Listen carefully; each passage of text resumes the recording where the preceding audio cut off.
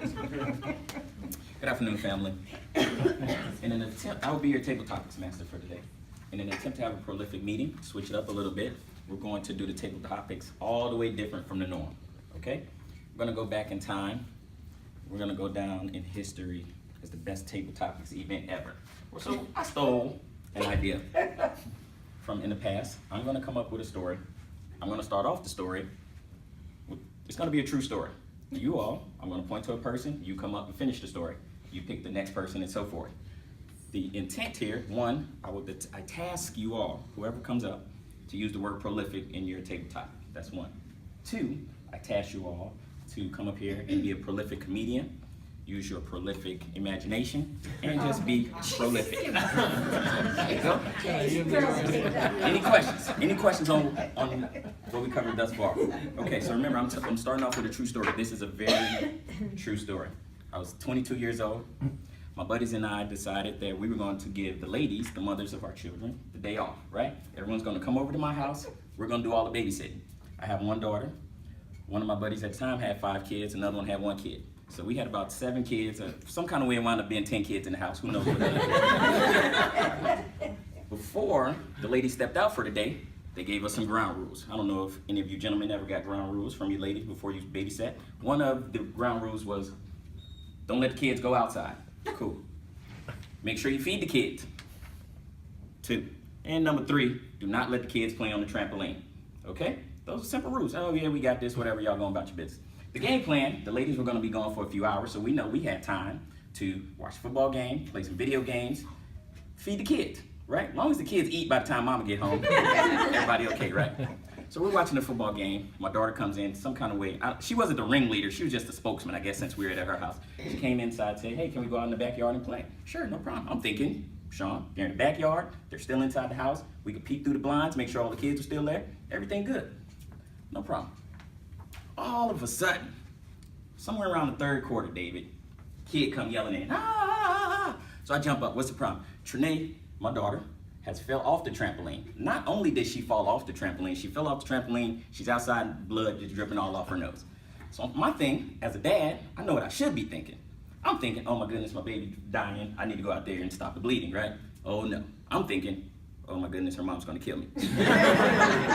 So my buddy, I'll replace his name, I'll just call him David. David springs into action to lean her head back, take off her clothes. The other buddy said, hey, make sure you put the bloody clothes in the washing machine so the mom don't find out. Okay, cool, put the clothes in the washing machine.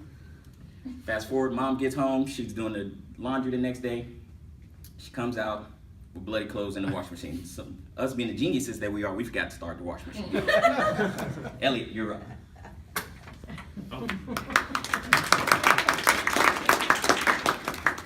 The suspense was getting so much greater. Tension was riding. DeMarco didn't know what to do.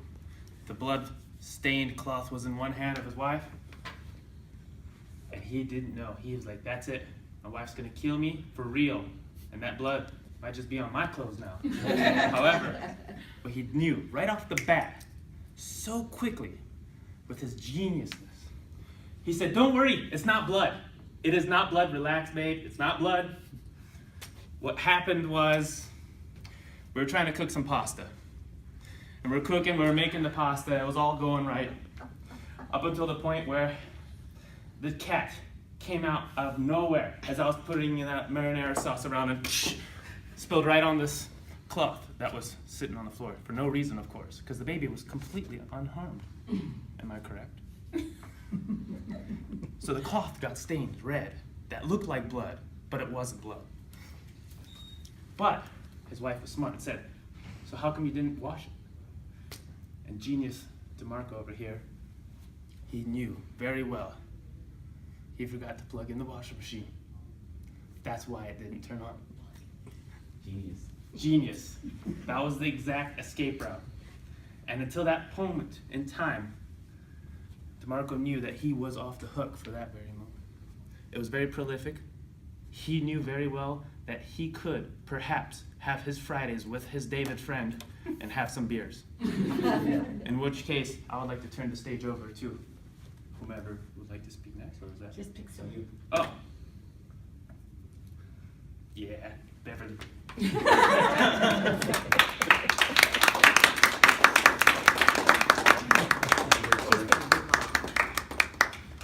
Thank you. Hey, guys.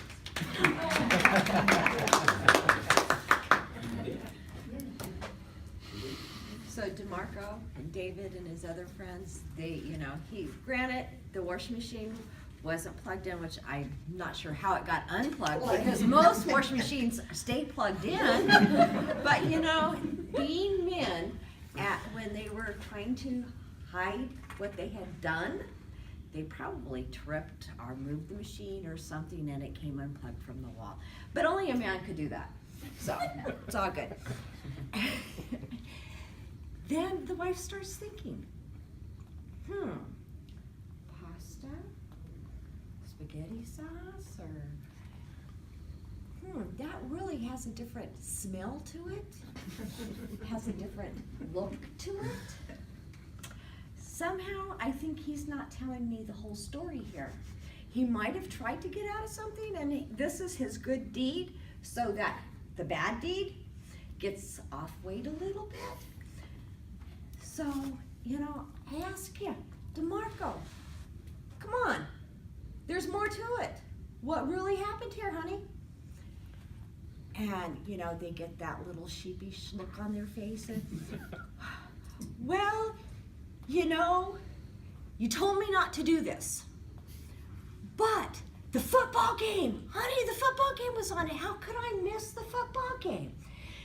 We were just sitting around watching the game, which I know when I was raising my kids, I didn't get to sit around and watch TV, but hey, it's all good. And they came and they asked if they could go outside and play. Where's the harm in that? They play outside all the time. But what I didn't expect was, well, wait a minute. I'm sorry, what was your daughter's name? Trinae. Trinae, come here, please. Oh, man.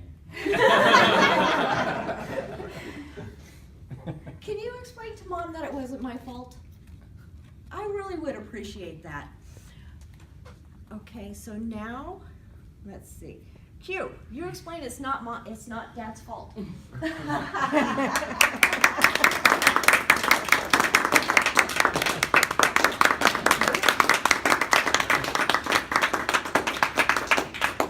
I'm not much of a storyteller, and I'm not a good liar, but I know a liar when I see one.